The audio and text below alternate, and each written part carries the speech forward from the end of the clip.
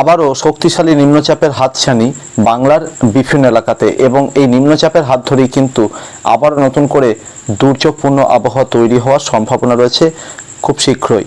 এই ওয়েদার সিস্টেমটা কবে কোন এলাকাতে কতটা প্রভাব দেখাতে চলেছে সেই সমস্ত ব্যাপারে আপনাদেরকে ওয়াকিবহাল করার চেষ্টা করব। তারই সাথে আগামী কয়েকটি দিনে আবহাওয়াতে কোথায় কেমন পরিবর্তন আসবে সেই সমস্ত ব্যাপারেও জানাবো। প্রিয় দর্শক, যথাসময়ে ওয়েদার উইথ শুভেন্দু চ্যানেলে আজ 17 সেপ্টেম্বর মঙ্গলবারে পূর্বাভাস আসেনি, সেই জন্য আজ রাতের দিকে কিন্তু এই বিশেষ পূর্বাভাস দিচ্ছি, যেটা থেকে আপনারা আগামী কয়েকটি দিনের আবহাওয়া সম্পর্কে যথেষ্ট ওয়াকিবহাল হয়ে যাবেন। এই মুহূর্তে এর আগে ইয়াগির যে অবশিষ্টাংশ সেটা কিন্তু এই মুহূর্তে উত্তরপ্রদেশ এবং সংলগ্ন এলাকার দিকে সরে গেছে। এর ফলে কিন্তু বাংলার আবহাওয়াতে সার্বিকভাবে উন্নতি চোখে পড়ছে। রাতের এই সময়ে গাঙ্গেয় দক্ষিণবঙ্গের সমস্ত জায়গাতেই একেবারে ঝকঝকে পরিষ্কার আকাশ। ঝাড়খণ্ড, ওড়িশার বেশিরভাগ জায়গাতে আকাশ পরিষ্কার হয়ে গেছে। কোথাও টুকরো টুকরো বৃষ্টি না দেওয়ার মতো মেঘের দেখা মিলছে, কোথাও কোথাও হালকা একটু বৃষ্টি নজরে আসছে, তবে তা এমন কিছু বিশেষ নয়। নেপালের পূর্ব প্রান্তের বিভিন্ন এলাকা থেকে শুরু করে বিহারের বেশিরভাগ জায়গা, সেই সাথে উত্তরবঙ্গ, বাংলাদেশ, ত্রিপুরা, আসামের বিভিন্ন এলাকাতে আকাশ মোটের উপর পরিষ্কার। ত্রিপুরার উত্তর পূর্বাঞ্চলে একটু মেঘের আনাগোনা লক্ষ্য করা যাচ্ছে বটে। বাংলাদেশের মধ্যাঞ্চলের আগে খানিকটা অ্যাক্টিভিটি হয়েছে, এদিকে আসামের কিছু কিছু জায়গায় খানিকটা অ্যাক্টিভিটি নজরে আসছে, তবে এমন কিছু তা বিশেষ নয়। কিছুক্ষণ পর্যন্ত স্টে করবে এই থান্ডারস্টর্ম অ্যাক্টিভিটি, অর্থাৎ এই মুহূর্তে বাংলার বেশিরভাগ জায়গাতে কিন্তু কোনো রকম অ্যাক্টিভ ওয়েদার সিস্টেমের এফেক্ট আর থাকছে না আগামী কয়েকটা দিনে। এর ফলে কি হবে, কলকাতা সহ দক্ষিণবঙ্গ, উত্তরবঙ্গ, সেই সাথে বিহার, ঝাড়খণ্ড, ওড়িশা সর্বত্রই বৃষ্টি উল্লেখযোগ্যভাবে কমে যাবে। একই সাথে উল্লেখযোগ্যভাবে বৃষ্টি কমবে বাংলাদেশের বিভিন্ন এলাকাতে, সেই সাথে ত্রিপুরা, আসামের বিভিন্ন জায়গাতে। তবে অরুণাচল এবং লাগোয়া আসামের কিছু কিছু জায়গা, ত্রিপুরা, বাংলাদেশের চট্টগ্রাম, সিলেট ডিভিশন, আসামের শিলচর এবং পার্শ্ববর্তী কিছু জায়গা, এদিকটাতে মাঝে মধ্যে খানিকটা থান্ডারস্টর্ম অ্যাক্টিভিটি অর্থাৎ বজ্রবিদ্যুৎ সহ বৃষ্টি নজরে আসতে পারে, তবে তার পরিমাণ কিন্তু অত্যন্ত কম থাকার সম্ভাবনা, এবং তাও কিন্তু স্ক্যাটার অর্থাৎ বিক্ষিপ্তভাবে হবে। একটা এলাকায় হবে আর একটা এলাকায় হবে না। এই রকমই ওয়েদার কিন্তু কলকাতা সহ দক্ষিণবঙ্গ, উত্তরবঙ্গের বেশিরভাগ জায়গাতেই থাকার সম্ভাবনা। বিহার, ঝাড়খণ্ড, ওড়িশা সর্বত্রই কিন্তু এইরকম ওয়েদারই থাকার সম্ভাবনা, অর্থাৎ পূর্ব ভারত সহ বাংলাদেশ, সেই সাথে ত্রিপুরা এবং উত্তর পূর্ব ভারতের বিভিন্ন রাজ্যে কিন্তু এই এলাকাগুলোতে আগামী কয়েকটা দিনে সেভাবে ভালো বৃষ্টির সম্ভাবনা কিন্তু নেই বললেই চলে। অর্থাৎ মোটের উপর শুকনো বা ড্রাই ওয়েদার কিন্তু বেশিরভাগ জায়গাতে থাকবে। বৃষ্টির সম্ভাবনা অত্যন্ত কম, কোথাও কোথাও খুব হালকা বৃষ্টি বা কোথাও কোথাও বড় জোর একটু হালকা থেকে মাঝারি বৃষ্টি নজরে আসতে পারে। এই কোথাও কোথাও বলতে কিন্তু শুধুমাত্র দুটো একটা জায়গাতেই কিন্তু এই ধরনের অ্যাক্টিভিটি নজরে আসার সম্ভাবনা রয়েছে। যেহেতু বৃষ্টি থাকবে না, রোদের তেজ বেশিরভাগ জায়গাতে যথেষ্ট চড়া থাকবে, এবং তারই সাথে কিন্তু বাতাসে আর্দ্রতার পরিমাণও যথেষ্ট থাকবে, কারণ ওয়েদার সিস্টেমটা কিন্তু এখনো পর্যন্ত বেশ খানিকটা আর্দ্রতা রেখে গেছে। ফলে একটা গুমোট, আর্দ্র, অস্বস্তিকর গরম কিন্তু অনুভূত হবে, আর এর সাথে কিন্তু হাওয়ার গতিবেগ উল্লেখযোগ্যভাবে কমে গেছে। ফলে একটা ভ্যাপসা গরম কিন্তু কামব্যাক করতে চলেছে। তার সাথে রোদের তেজও কিন্তু যথেষ্ট থাকবে। এই ধরনের গরম কিন্তু ওড়িশা, পশ্চিমবঙ্গ, বাংলাদেশ, সেই সাথে বিহার, ঝাড়খণ্ড, অন্যদিকে আসাম, ত্রিপুরা সর্বত্রই কিন্তু এই ধরনের গরম নজরে আসবে। বলা বাহুল্য যে আগামী 3-4 দিনে কিন্তু ধাপে ধাপে তাপমাত্রা বাড়তে থাকবে, আর সেই সাথে বৃষ্টি না থাকা, হাওয়া না থাকা এবং এর সাথে অতিরিক্ত আর্দ্রতা থেকে যাওয়া, এই সমস্ত কারণে কিন্তু সাধারণ মানুষের অবস্থা যথেষ্ট খারাপ হয়ে যাওয়ার সম্ভাবনা। অর্থাৎ এই সময় এসেও কিন্তু সেপ্টেম্বরের 12 তারিখে এসেও কিন্তু যথেষ্ট, অর্থাৎ এই সময় সেপ্টেম্বরের 17 তারিখে এসেও কিন্তু যথেষ্ট গরম আগামী কয়েকটা দিনে আসার ইঙ্গিত দিতে হচ্ছে। তো এই রকমের অ্যাক্টিভিটি বা এই ধরনের পরিস্থিতি কিন্তু আগামী কয়েকটা দিনে নজরে আসার সম্ভাবনা। সেক্ষেত্রে বলা বাহুল্য যে আগামীকাল 18 সেপ্টেম্বর বুধবার থেকেই কিন্তু তাপমাত্রা আরও বাড়বে, গরম পাল্লা দিয়ে বাড়বে। আগামীকাল 18 সেপ্টেম্বর থেকে শুরু করে পরবর্তীতে মোটামুটি 21 সেপ্টেম্বর পর্যন্ত কিন্তু আবহাওয়াতে বিশেষ কোনো রদবদল হওয়ার সম্ভাবনা নেই বেশিরভাগ জায়গাতে, অর্থাৎ যে জায়গাগুলোর পূর্বাভাস দিচ্ছি, তো এই জায়গাগুলোতে কিন্তু গরম কন্টিনিউ করবে, বরং 21 বা 22 সেপ্টেম্বর পর্যন্ত কিন্তু গরম উল্লেখযোগ্যভাবে বাড়তে থাকবে। তো এই সময় কি হতে পারে, এর পরবর্তীতে ওয়েদার সিস্টেমটা সেটা কবে নাগাদ আসতে পারে, সেটা কোন কোন এলাকাতে কতটা এফেক্ট দেখাতে পারে, সেই ব্যাপারে আমরা একটু চলে যাব এই মুহূর্তে পশ্চিম প্রশান্ত মহাসাগর এবং সংলগ্ন এলাকার দিকে। তো সেদিকে গেলে আমরা দেখতে পাচ্ছি প্রথমত দক্ষিণ চীন সাগর এবং সংলগ্ন এলাকাতে এখানে কিন্তু একটা নিম্নচাপ রয়েছে, যেটা কিনা পৃথিবীর উত্তর গোলার্ধে অবস্থিত এবং এটা অ্যান্টি ক্লকওয়াইজ ঘুরে চলেছে।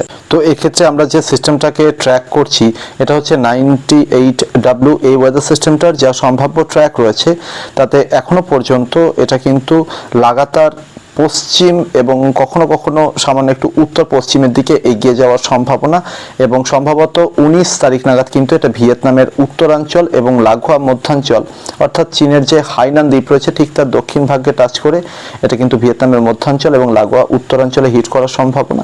তার পরবর্তীতে কিন্তু এই ওয়েদার সিস্টেমটা লাগাতার পশ্চিমের দিকে এগোতে থাকবে, এরকমটাই কিন্তু অনুমান পাওয়া যাচ্ছে। তো এক্ষেত্রে বিভিন্ন গ্লোবাল ওয়েদার মডেলে কিন্তু যেটা ইন্ডিকেট করছে এখনো পর্যন্ত তাতে মোটামুটি একই রকমের প্রেডিকশন পাওয়া যাচ্ছে। সেক্ষেত্রে মায়ানমারের মোটামুটি মধ্যাঞ্চল এবং লাগোয়া আশেপাশের এলাকা এবং টেকনাফ, বাংলাদেশের যে টেকনাফ একেবারে দক্ষিণাঞ্চলে যে জায়গাটা রয়েছে সেই এলাকাটার কাছাকাছি জায়গা বা কোনো একটা জায়গা হয়ে কিন্তু এই ওয়েদার সিস্টেমটা আবারও কিন্তু বঙ্গোপসাগরের উত্তর পূর্বাঞ্চল এবং সংলগ্ন এলাকাতে এসে পড়ার সম্ভাবনা। ঠিক যেভাবে যে পথ ধরে কিন্তু ঘূর্ণিঝড় ইয়াগি এগিয়েছিল সেই পথ ধরেই কিন্তু এগোনোর সম্ভাবনা রয়েছে। তবে কিছু মডেলের ইন্ডিকেশন রয়েছে এটা খানিকটা দক্ষিণ দিক চেপে নামতে পারে, কিছু মডেলের ইন্ডিকেশন এটা মোটামুটি হাতিয়া এবং সংলগ্ন সন্দ্বীপ এই এলাকাটার কাছাকাছি জায়গাতেও ঢুকতে পারে। তবে বাংলাদেশের এই যে চট্টগ্রাম উপকূল এবং সংলগ্ন আশেপাশে এলাকা, বরিশাল উপকূল, এখানে কিন্তু ওয়েদার সিস্টেমটা আসার সম্ভাবনা রয়েছে। তো সেক্ষেত্রে এখানে আস্তে আস্তে মোটামুটি সেপ্টেম্বরের 21 তারিখ বেশি রাত অথবা 22 তারিখে সকালে কোনো একটা সময় এরকম সময় লেগে যেতে পারে সেপ্টেম্বরের। সেক্ষেত্রে যেটা হতে পারে 21শে সেপ্টেম্বর শনিবার বেশি রাতের দিক থেকে কলকাতা সহ গাঙ্গেয় দক্ষিণবঙ্গ, অন্যদিকে বাংলাদেশের দক্ষিণাঞ্চলের বিভিন্ন এলাকা এবং সবকিছু ঠিকঠাক চললে দক্ষিণ ত্রিপুরার কিছু জায়গা এই এলাকাগুলোতে কিন্তু থান্ডারস্টর্ম অ্যাক্টিভিটি অর্থাৎ বজ্রবিদ্যুৎ সহ ঝড় বৃষ্টি কিন্তু নজরে আসতে পারে। তবে এটা কিন্তু দীর্ঘক্ষণ হবে না, কিছুক্ষণের জন্য হওয়ার সম্ভাবনা থাকছে। এবং এক্ষেত্রে সবকিছু ঠিকঠাক চললে অর্থাৎ এই যে দীর্ঘ এতটা রাস্তা এই ওয়েদার সিস্টেমটা আসবে স্থলভাগের উপর দিয়ে, সবকিছু ঠিকঠাক চললে তাহলে কিন্তু মোটামুটি 21শে সেপ্টেম্বর বেশি রাতের দিক থেকে দক্ষিণাঞ্চলে যে এলাকা অর্থাৎ দক্ষিণবঙ্গ, দক্ষিণ বাংলাদেশ এবং লাগোয়া কিছু এলাকা এখানে আবহাওয়া খারাপ হওয়ার সম্ভাবনা। তবে তার আগে কিন্তু মারাত্মক লেভেলের গরম চলবে এবং 21শে সেপ্টেম্বর সারাদিন প্রবল গরম থাকার সম্ভাবনা। তার আগে 20 সেপ্টেম্বর এই দিনও কিন্তু প্রবল গরম থাকার সম্ভাবনা পুরো এলাকাটা জুড়ে, কিবা উত্তরবঙ্গ কিবা দক্ষিণবঙ্গ, সেই সাথে বিহার, ঝাড়খণ্ড, ওড়িশা, বাংলাদেশ, ত্রিপুরা, আসাম, মেঘালয় সর্বত্রই কিন্তু ব্যাপক লেভেলের গরম চলবে। ত্রিপুরাতেও কিন্তু প্রচণ্ড গরম থাকার সম্ভাবনা রয়েছে।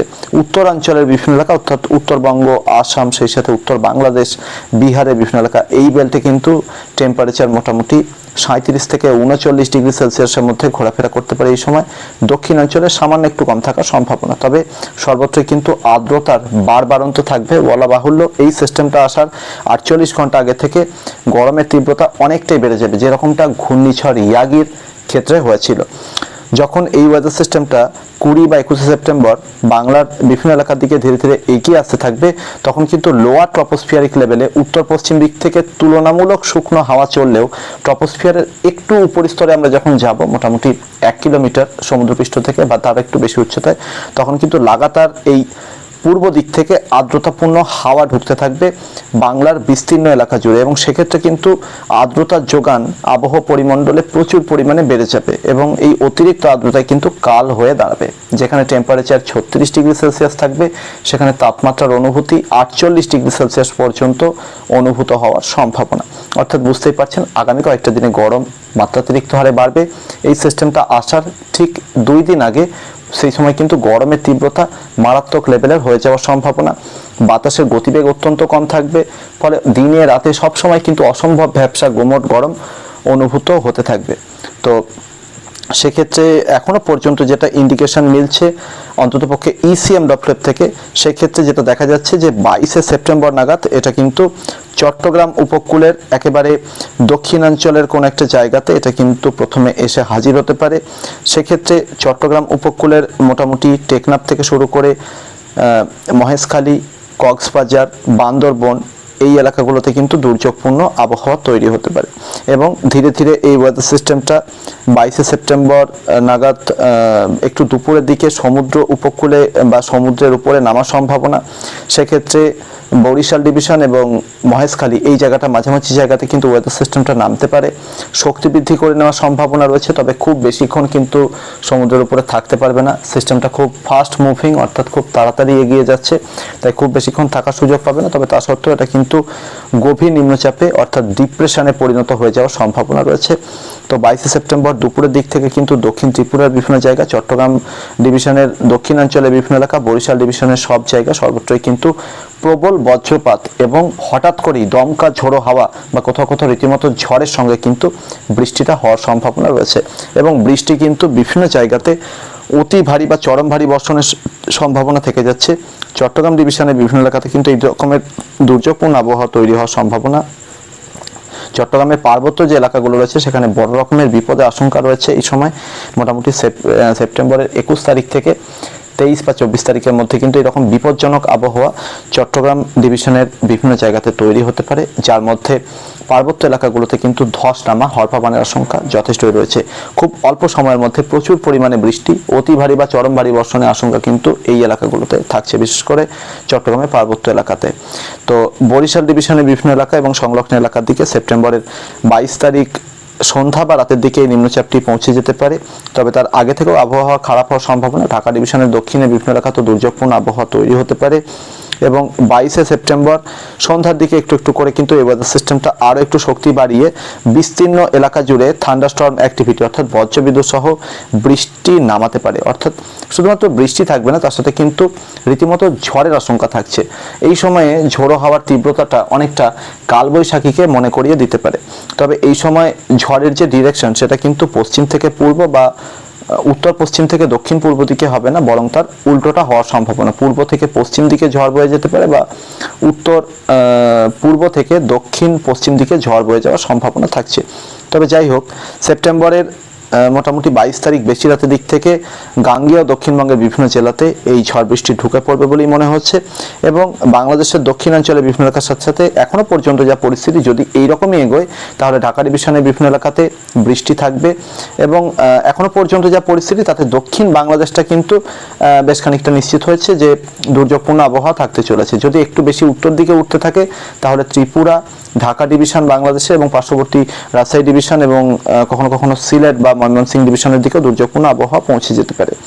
তো এরকমটা যদি চলতে থাকে তাহলে কিন্তু গাঙ্গেয় দক্ষিণবঙ্গের সমস্ত জেলার সাথে সাথে কিন্তু উত্তরবঙ্গের মালদা এবং দুই দিনাজপুরে দুর্যোগপূর্ণ আবহাওয়ার দেখা মিলতে পারে। এবং এই সময় বৃষ্টিটা হঠাৎ করেই অল্প সময়ের মধ্যে কিন্তু ভারী থেকে অতি ভারী বৃষ্টি হয়ে যাওয়ার মতো পরিস্থিতি থাকছে।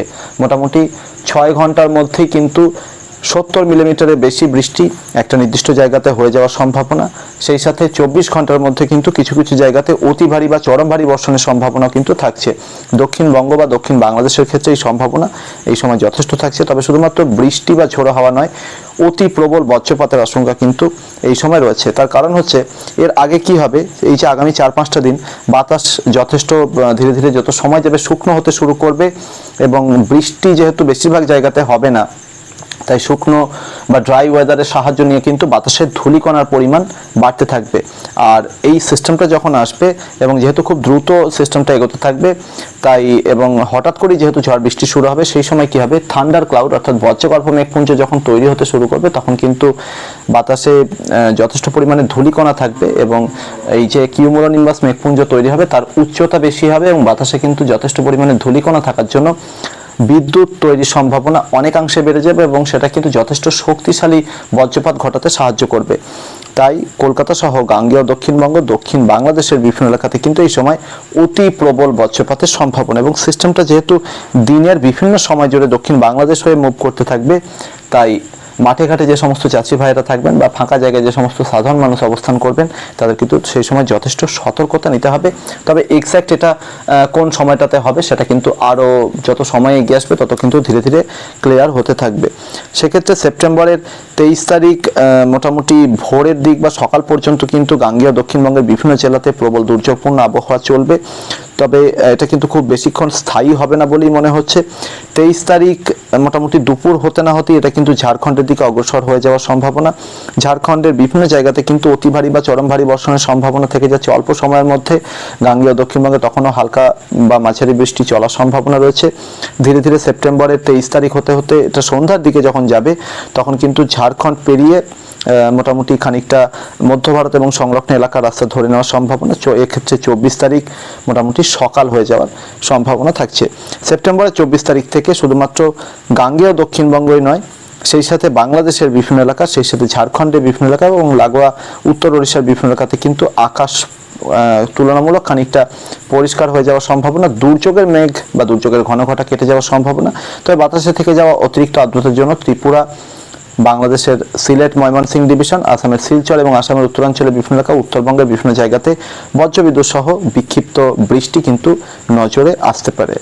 তবে এর আগে বিভিন্ন লাইভে বা বিভিন্ন আপডেটে আপনাদের যেরকমটা জানিয়েছি, এই ওয়েদার সিস্টেমটা মোটামুটি বাংলাদেশের দক্ষিণাঞ্চলের বরিশাল ডিভিশন এবং সংলগ্ন আশেপাশের এলাকা হয়ে এটা ঢুকে পড়তে পারে বাংলাদেশের দক্ষিণাঞ্চলে, বা তার আগে কিন্তু চট্টগ্রাম ডিভিশনের দক্ষিণাঞ্চলকে হিট করতে পারে এবং মাঝে যে সমুদ্রে সেখানে কিন্তু শক্তি বাড়িয়ে নিয়ে এটা গভীর নিম্নচাপ হয়ে বরিশাল ডিভিশন হয়ে অনেকটা ইয়াগির মতো রাস্তা ধরে কিন্তু গাঙ্গেয় দক্ষিণবঙ্গের দিকে এগোনোর সম্ভাবনা। সেক্ষেত্রে উত্তর 24 পরগনা জেলা এবং লাগোয়া আশেপাশে নদিয়া জেলা কোনো একটা জায়গা হয়ে কিন্তু এই ওয়েদার সিস্টেমটা গাঙ্গেয় দক্ষিণবঙ্গে ঢুকে পড়তে পারে। তবে মোটামুটি একটা দিন কিন্তু গাঙ্গেয় দক্ষিণবঙ্গে স্টে করে মানে ক্রমশ পশ্চিমের রাস্তা ধরে ধীরে ধীরে ঝাড়খণ্ডের দিকে এগিয়ে যাওয়ার সম্ভাবনা থাকছে। তাই এই ওয়েদার সিস্টেমটা কিন্তু দীর্ঘ সময় ধরে অন্ততপক্ষে ইয়াগি, যে ক্ষেত্রে 3 থেকে 4 দিন ধরে একটানা ঝড় বৃষ্টি দিয়ে গেছে, সেরকমটা কিন্তু হওয়ার সম্ভাবনা বর্তমান প্রেক্ষাপটে নেই বলেই মনে হচ্ছে। অর্থাৎ যে এলাকাটাতে দুর্যোগ প্রথমে হাজির হবে সেখানে কিন্তু মোটামুটি একটা দিনই শুধুমাত্র এর প্রভাবে প্রবল দুর্যোগ চলার সম্ভাবনা। তবে এটা কিন্তু যথেষ্ট ইন্টেন্স অর্থাৎ তীব্র হতে চলেছে। সেক্ষেত্রে তীব্র বজ্রপাত, তীব্র ঝড় এবং সেই সাথে প্রবল বৃষ্টি অল্প সময়ের মধ্যে, এই রকমেরই সম্ভাবনা বা আশঙ্কা কিন্তু রয়েছে। চাষি ভাইদের প্রয়োজনীয় যা কাজ রয়েছে মোটামুটি 22শে সেপ্টেম্বরের আগে, বিশেষ করে দক্ষিণবঙ্গের যারা বাসিন্দা সেক্ষেত্রে 22শে সেপ্টেম্বরের আগে পর্যন্ত সময়ের মধ্যে সময় পেয়ে যাবেন। আর দক্ষিণ বাংলাদেশ এবং দক্ষিণ ত্রিপুরার ক্ষেত্রে বিভিন্ন এলাকাতে, ত্রিপুরাকে যদিও এখন পুরোপুরি সম্পূর্ণ আমি লিস্টের মধ্যে রাখছি না, তবে দক্ষিণ ত্রিপুরাকে রাখছি, আর সেই সাথে দক্ষিণ বাংলাদেশের চট্টগ্রাম ডিভিশন, বরিশাল খুলনা ডিভিশনকে রাখছি এবং ঢাকা ডিভিশনের দক্ষিণাঞ্চলে কিছু এলাকাকে রাখছি। তো এক্ষেত্রে কিন্তু এই এলাকাতে সেপ্টেম্বরে 21 তারিখের মধ্যে চাষের প্রয়োজনীয় যা কাজ রয়েছে তো সেগুলো কিন্তু গুছিয়ে নেওয়ার পরামর্শ দেব। এই সময় কি হতে পারে, সমুদ্র অশান্ত হয়ে যেতে পারে হঠাৎ করেই সেপ্টেম্বরের 21 বা 22 তারিখ থেকে, এবং সেই সময় থেকে কিন্তু মৎস্যজীবী ভাইদের সমুদ্র যাত্রার উপরে সম্ভবত নিষেধাজ্ঞা থাকবে। তবে এখনো মাঝে যেহেতু সময় রয়েছে সেক্ষেত্রে আরও পরবর্তীতে কিন্তু আরও এ বিষয়ে আরও ক্লিয়ার আপডেট আপনাদেরকে দিতে পারবো। আপাতত গরমকে সঙ্গে নিয়ে 4-5টা দিন কাটাতে হবে বেশিরভাগ জায়গাতে, এবং ধাপে ধাপে যত সময় যাবে, যেভাবে বললাম গরমের মাত্রাতিরিক্ত আবহাওয়া কিন্তু আপনাদেরকে যথেষ্ট বিড়ম্বনার মধ্যে ফেলতে পারে। ভিডিওটিকে কিন্তু একটা বিশেষ সতর্কবার্তা হিসেবে যে 98W আসছে ঘূর্ণিঝড়, যেটা কিনা আমাদের বাংলার বিভিন্ন এলাকাকে বিপর্যস্ত করার সম্ভাবনা রয়েছে হঠাৎ করেই, তো এটাকে কিন্তু যতটা সম্ভব সবার সাথে শেয়ার করে দিন। মাঝে একটা বিষয় বলতে চাইবো, এই ওয়েদার সিস্টেমটা এক্স্যাক্ট যে 21 তারিখ বেশি রাতের দিকে চট্টগ্রামে হাজির হবে, বা এটা যে 21 তারিখের পরে 22 তারিখ হবে না, এই বিষয়ে কিন্তু এখনো পর্যন্ত ক্ল্যারিটি আসেনি, বা 22-এর জায়গায় 23ও হতে পারে। অর্থাৎ এটা মানে আরও যত দিন যাবে তত কিন্তু এটার বিষয়ে আরও কিন্তু ক্লিয়ার একটা ধারণা পাওয়া যাবে বলেই মনে হচ্ছে। বর্তমানে আপনার এলাকাতে আবহাওয়ার পরিস্থিতি কেমন রয়েছে, এর আগে ওয়েদার উইথ শুভেন্দু চ্যানেলের দেওয়া পূর্বাভাস কতটা মিলেছে সেটা কিন্তু অবশ্যই লিখে জানাবেন। পরবর্তী আপডেট এবং লাইভে আবারও দেখা হচ্ছে। ধন্যবাদ।